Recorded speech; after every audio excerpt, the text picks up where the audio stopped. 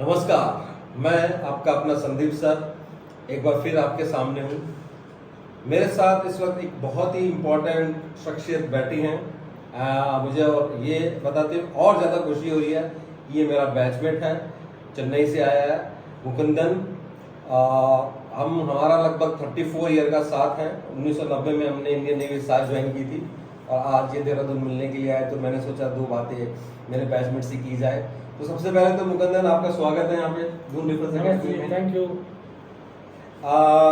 कैसा लग रहा है? सबसे पहले तो बताइए कैसा लग रहा है यहाँ पे आके? आपने बड़े दिनों बाद, क्या से 10 साल बाद आ रहे हैं लगभग आप यहाँ पे? हाँ जी, इसके पहले 95 में आया था, सॉरी 2015 में आया था। 15 में आया। 10 साल के बाद आ रहा हूँ। बहुत सारे इंफ्रास्ट्रक्चर क्रिएट किए गए हैं, जैसे जो भी ट्रेनिंग एस्टेब्लिशमेंट में रियल एटमॉस्फेयर जो मिलना चाहिए उसके हिसाब से बना के रखा हुआ सारे, whether it is a classroom or lab facility, physical activity facility, some sporting activity और accommodation, सब इतना to the core बना के रखा हुआ। It will be very useful for all the defense aspirant जो भी आना चाहेंगे, जो भी डिफेंस में भर्ती होना चाहेंगे, इधर इन आर्मी, नेवी, एयरफोर्स, सबके लिए द बेस्ट। आजकल मैं भी बहुत सारे जगह पे घुमा हूँ, एस्टेब्लिशमेंट्स को देखा हूँ। One of the best facility which is available in the industry, मैं बोलूँगा कि this is available at Doon defence academy. I say it once again, the best facilities for the candidates who are aspirants for the defense forces is available at Doon Defense Academy, be it academics, be it physical training, extracurricular activity, lab facility, library, accommodation, everything is taken care of. Only thing is बंदे को अर्ज होना चाहिए कि we can have to join the armed forces. If that is your inner urge, rest will be taken care by the Doon Defence academy. Thanks Mukundan, आपने इतना encouraging words हमारे लिए बोले। और मेरी जर्नी तो तुम शुरू से देख रहे हो। 2005 में मैं रिटायर हुआ था और हम साथ ही लगभग अपनी सर्विस की है। सबमरीन भी हमने आसपास ही ज्वाइन की। और मैं इसलिए पूछना चाहता हूँ कि आप भी 3 बार एसएसबी गए हैं ड्यूरिंग योर नेवल सर्विस। आपने एचईटी क्वालिफाई करा और एसएसबी के लिए आप गए हैं, तो एसएसबी एस्पिरेंट्स के लिए क्या कहना चाहेंगे? एसएसबी एस्पिरेंट्स के लिए यही है कि हार्ड वर्क है and inner you have to be. ये नहीं कि इसको भी वन ऑफ द ऑप्शंस नहीं ट्राई करोगे तो आपका जो भी एफर्ट होगा that will be not full fledged effort होगा। तो your aim should be this is the one and only profession I will choose. उस दिन आपको गाइड करने के लिए इधर बहुत सारे फैकल्टीज हैं, एक्सपीरियंस्ड एसएसबी मेंबर्स हैं जो आपको ग्रूम करेंगे। You will be able to finally clinch the SSB interview. So your full commitment towards the only profession you should choose is a defense.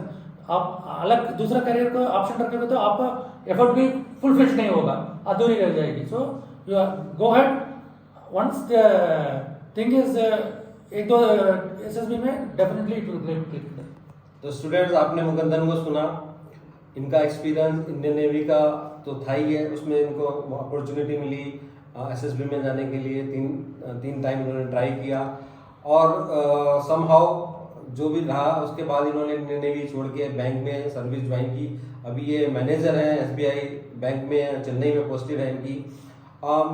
एक लास्ट में आपसे ये पूछना चाहूँगा कि करंट स्टूडेंट को आपका क्या मैसेज है कि अपनी आने वाली जो कंपटीशन वाली जो लाइफ है, यानी कि 12th के बाद 1 साल 1.5 साल, किस तरह से उनको टाइम को बिताना चाहिए?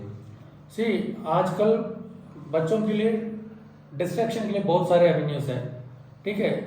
हमारा during our time only physical activity, sports के छोड़ के कोई एक्स्ट्रा का ये नहीं है। स्क्रीन टाइम को कम करो, whether it is a mobile, laptop, TV, जो भी है उसका स्क्रीन टाइम को ओनली फॉर नॉलेज गेनिंग के लिए यूज करो, जस्ट फॉर टाइम पास के लिए उसी के अंदर डूबो मत।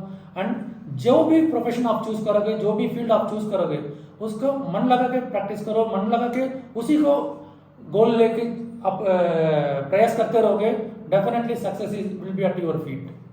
बिल्कुल सही बात कही। स्टूडेंट को मैं भी बोलता रहता हूँ कि 12th के बाद आपके पास बहुत लिमिटेड टाइम है।